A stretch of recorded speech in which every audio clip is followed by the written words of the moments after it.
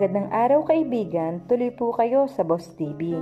At bago po tayo magpatuloy, pakilike po ng ating video at pakiclick na din po ng subscribe button at ganoon na din po ang bell icon para po sa parating pa nating mga upload. Isang dalagang gustong ipakasal ng lolo sa isang malayong kamag-anak para di mawala ang linya ng angkan nila. Umupa ng isang estranghero para magpanggap na asawa niya. Paano kung ang magiging kapalit ay ang kalahati ng mamanahin niya? Atin pong tunghayan ng isa pang maikling kwentong pinamagatang Sugal na Pag-ibig. Kinabukasan, ipinasya niyang kausapin na si Nico. Umaga pa lang ay nasa isang bahagi na ito ng hardin. Inaayos ang halaman na matagal nang nawala sa porma dahil napabayaan. Pinagmasdan niya ito habang unti-unting bumabalik ang orihinal na hugis-usa ng isa sa mga halaman. Hindi makapaniwalang maliban sa pangingisda ay mahusay sa ganong gawain si Nico. Hindi niya mapigil ang humanga rito. Matagal bago nito napunang pinanunood niya ito. Saan mo natutuhan ang ganyan? Tanong niya habang lumalapit dito. A ready smile on her lips. Nagkibit ito ng balikat. Kapag mahirap kay magagawa mong pag-aralan ang lahat ng uri ng trabaho para mabuhay. Bukod sa pangingisda, side lang ko ang pagiging hardinero. Sarcasm laced his voice. Hindi niya iyon pinatulan. Napabayaan ng husto kahit ang hardin na ito, she said. Iginala niya ang buong paningin sa paligid. Ang ganitong kalaking hardin ay nangangailangan ng isang hardinero. Hindi lang hardin ang tinutukoy ko. I mean all of it. Sinuri ko rin ang loob at labas ng villa. She signed. Ngayon ko lang napuna ng husto na maraming napabayaan tulad na lang ng dating palayan. Mahirap ang buhay ngayon. Hindi madali ang magbayad ng manggagawa. Isa pa'y hindi na bata ang lolo mo. Iyan nga ang hindi ko maintindihan. May pera naman ang lolo. Pero hinayaan niyang papabayaan ang lugar na ito. Ang mga mata niya ay patuloy na humahayon sa buong paligid hanggang sa abot ng kanyang tanaw. Nico clipped away in silence. Nakahubad ito. Tumutulo ang pawis sa katawan. She found the movement of the muscle in his arms mesmerizing. Your grandfather old and half crippled. Chances are nadadaya siya ng mga tao. Hindi niya maipagkatiwala ang finances niya ng basta-basta. Wika nito makalipas ang sandaling katahimikan. Nagsalubong ang mga kilay niya roon. Paano mong nasabi iyan? I can't imagine him discussing his affairs with you. Why not? I'm his grandson-in-law. You're a stranger. Ang lolo mo'y galing sa henerasyong ang business matter ay hindi ipinakikipag-usap sa mga babae. She bit her lip. Mas gusto sana akong ipakiusap sa iyo kung maaari. Tumigil ito sa ginagawa. Yes, pwede ka bang magkunwari na nais mong tumira dito, na dito mo gustong mabuo ang ating pamilya. Huwag ka nang magdagdag ng panibagong kasinungalingan, Alexa. Naiiling nitong sabi. Inilulubog mo ang sarili mo sa malaking suliranin. That's what I'm paying you for. Isinama mo ako rito para patunayan sa lolo mo na nag-asawa ka na. Paalala nito, hindi kasama sa deal na kailangang dagdagan ko ang kasinungalingan mo. Isa pa, 2 linggo lang ang usapan natin. I can't overstay, alam mo iyan. Okay, I'll pay you extra, she almost screamed. Sure, he smiled. Tumayo ito at lumapit sa kanya. But I want another bonus and I'm going to get it now. Without any warning, yumuko ito at inangkin ang mga labi niya. She was too stunned to even move. Hindi niya iyon inaasahan. And yet his kiss tastes like wine. Sa mainit na singaw ng pawis nitong katawan, so male and so intoxicating. Kabaligtaran ng una ay nagtagal ang halik na iyon. Hindi naman siya nakabilanggo sa mga bisig nito at maaari siyang kumawala anumang sandali na isi niya. Ngunit hindi niya magawa. Nanatili siya roon. Ninamnam ang mga tamis ng halik nito at aaminin man niya o hindi niya gustong matapos ang paghihinang na iyon ng kanilang mga labi. Kung gaano tumagal ang halik hindi niya alam, but it was done with much regret on her part. It is as if his kiss was the very air she breathed, at para siyang nahihirapang huminga nang pakawalan ni Nico ang mga labi niya. At nang titigan siya nito ay hindi niya makuhang iiwas ang mga mata, as if hypnotized. "You have a sweet lips," he said huskily, desire born in his eyes. Umangat ang kamay nito patungo sa mukha niya. His thumb finger brushed her wet lips softly. Nakakalungkot isipin maraming mga labi na ang umangkin sa mga labing ito, he said, as if in regret. Ibinaba nito ang kamay and the fire in his eyes were gone instantly.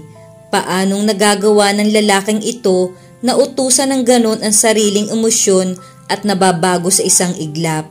"So, okay, payag akong mag-overstay for a couple of days at least, no more than that. At natural na sa kalakip ang halagang idadagdag mo sa unang napag-usapan natin." Ipinagpasalamat niyang tumalikod na ito na unang pumasok sa bilya. Natitiyak niyang hindi niya kayang humakbang. Her knees were shaking.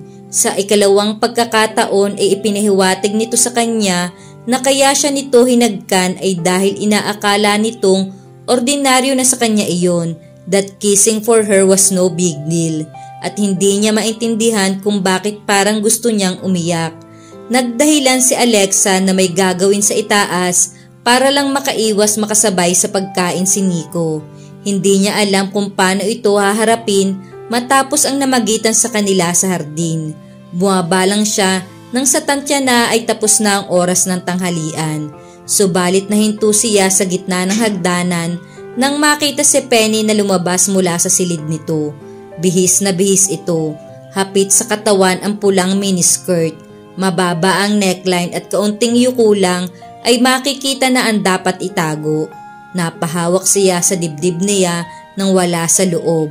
She had a small breast at bigla ay nakadama siya ng insekuridad. Nakalabas na sa bahay si Penny nang patakbo niyang babain ang ilang natitirang baitang sa hagdanan. Inabutan pa niya itong papasakay sa 4-wheel drive ng lolo niya at napasinghap siya nang makita kung sino ang driver ng pick-up, si Nico. She was stunned, ni hindi niya nakuhang kumilos sa kinatatayuan hanggang sa makalayo ang sinasakyan ng dalawa. Ngayon niya naintindihan kung ano ang nararamdaman ng lolo niya kapag naninikip ang dibdib. Iyon mismo ang nararamdaman niya sa sandaling iyon. Tila may kamay na dumaklot sa puso niya at pinisil iyon, at hindi siya magtataka kung anumang sandali ay bumagsak siya sa stone flooring. Hindi ako nagkamaling sabihing maganda rin naman si Penny, lalo at nakabihis, di ba apo? Walang babalang wika sa tinig sa may likuran niya. Gulat siyang napalingon dito. "Lolo," usal niya, "ano ba ang mahalagang bagay na ginagawa mo sa itaas at hindi ka namin nakasabay, iha?" Hindi niya sinagot ang tanong nito. Muling hinayo ng tanaw ang driveway kahit hindi na siya natatanaw ng pick-up. "Saan sila pupunta, lolo? Hindi mo alam na luluwas ng Maynila ang asawa mo?"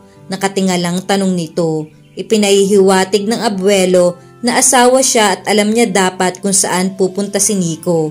Nabanggit niya, she lied, pero hindi ko alam na magkasama sila ni Penny. Nakisabay lang si Penny dahil day off niya ngayon, iha. Patuloy nito at ngumisi. "Hindi mo gustong makita silang magkasama, apo?" Tumalim ang mukha niya. "Wala akong pakialam sa gustong gawin ni Penny sa libreng oras niya, lolo. Anyway, sabing mo nga nakisabay lang naman siya kay Nico at hindi kailangang sumama ang loob mo sa kaunting atensyon na ibinibigay ni Nico sa kanya, no? Of course not. My husband happened to be a charming man. Madali para sa kahit sinong babae ang mapalapit ang loob dito. You're very tolerant," patuloy nandun. Nanunuri ang mga mata sa pagkakatitig sa kanya. 2 oras ding mahigit ang patungo sa Maynila kung walang traffic. Paano kung maisip nilang kumain sa labas bago umuwi? She shook her hair back impatiently. Alam niyang binubuyo siya ng abuelo at hindi naman niya mapigil ang unti-unting pag-ahon ng galit. "Wala akong pakialam sa kung anong gusto nilang gawin, bahala sila." Napabuntong hininga ito. The generation of today, umiling-iling ito. Kaya pala usong-uso ang mga hiwalayan. Dapat ay may pakialam ka sa iyong asawa kung hindi mo gustong magkaproblema sa bandang huli. Pabagsak siyang naupo sa wicker chair sa balkonahe. Our marriage was very much thing of impulse, Aniya. Maaring hindi mo naiintindihan ang aking henerasyon, pero mas mainam naman siguro maghiwalay kung ang pagsasama ng mag-asawa ay hindi magtatagumpay, then try again. Ano ang ibig mong sabihin, Hiror?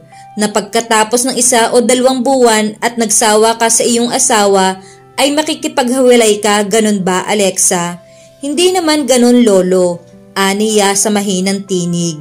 Nakikita niyang napapagalit niya na ito. Hindi lahat ng pagsasama ay nagtatagumpay. Lumalim ang gatla sa noo ng Don Alfonso. I don't know what you're talking about, Alexa. Nagseselos ka dahil magkasama sina Penny at Nico at pumasok na sa isip mong maaari kayong maghiwalay na mag-asawa. Hindi totoo iyan, she denied. Ano ang totoo? Usig nito. Maaring imahinasyon lang niya ang mas higit pang kahulugan sa tanong nito. Subalit agad ang daloy ng guilt sa damdamin. Listen, Alexa, patuloy nito. Hindi mahalaga sa akin kung sa paanong paraan o kung anumang dahilan kayo nagpakasal ng iyong asawa.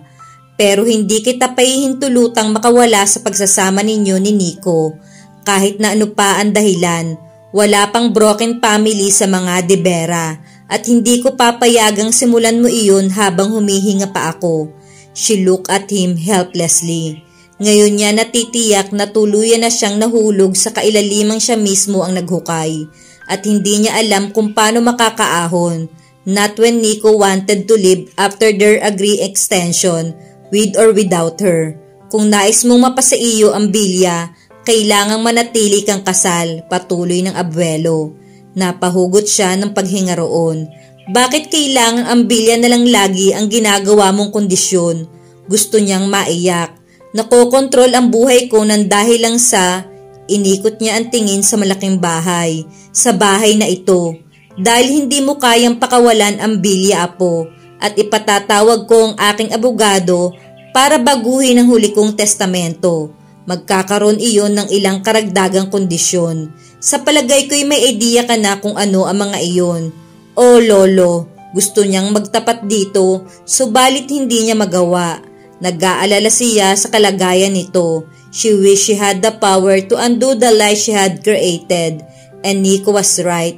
They would play their games to the end. To the end of what?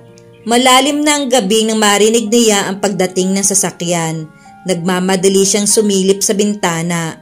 Masayang tumatawa si Penny nang bumaba ito ng kotse. Sa halip na maunang pumasok ay hinintay nito si Nico na makababa rin at nakita niyang ikinawit ni Penny ang braso sa braso ni Nico at sabay na pumasok ang dalawa. Namangha siya sa sandaling iyon. Bakit siya nasasaktan? Binabayaran lamang niya ito. Ibinigay na niya rito ang kabuuang bayad nito sa nagdaang araw at kanina ay ginawa niya ang tseke ng karagdagang bayad dito. At inilapag iyon sa mesa sa sitting room kung saan ito natutulog. She couldn't fall for a mercenary. Oh dear Lord, with a pain in her heart, bumalik siyang muli sa silid at umiyak ng umiyak. She was emotionally distressed. Sa nakalipas na 2 araw ay sinikap niyang huwag silang magkaharap at magkausap ni Nico. Inabala niya ang sarili sa pamamagitan ng paglilinis ng attic. Nang sumunod na araw ay muli itong lumuwas ng Maynila. Ipinagpasalamat niya iyon dahil hindi siya mahihirapang iwasan ito lalo at mabuti ang pakiramdam ng lolo niya at laging nasa labas. Hindi niya alam kung saan magtatapos ang sitwasyong iyon. Paminsan-minsan ay nilalapitan siya ni Julie at kinakausap. She knew she was trying to flirt with her. Ang hindi lang niya maintindihan ay iyong nakikita niyang parang alanganin itong gawin iyon.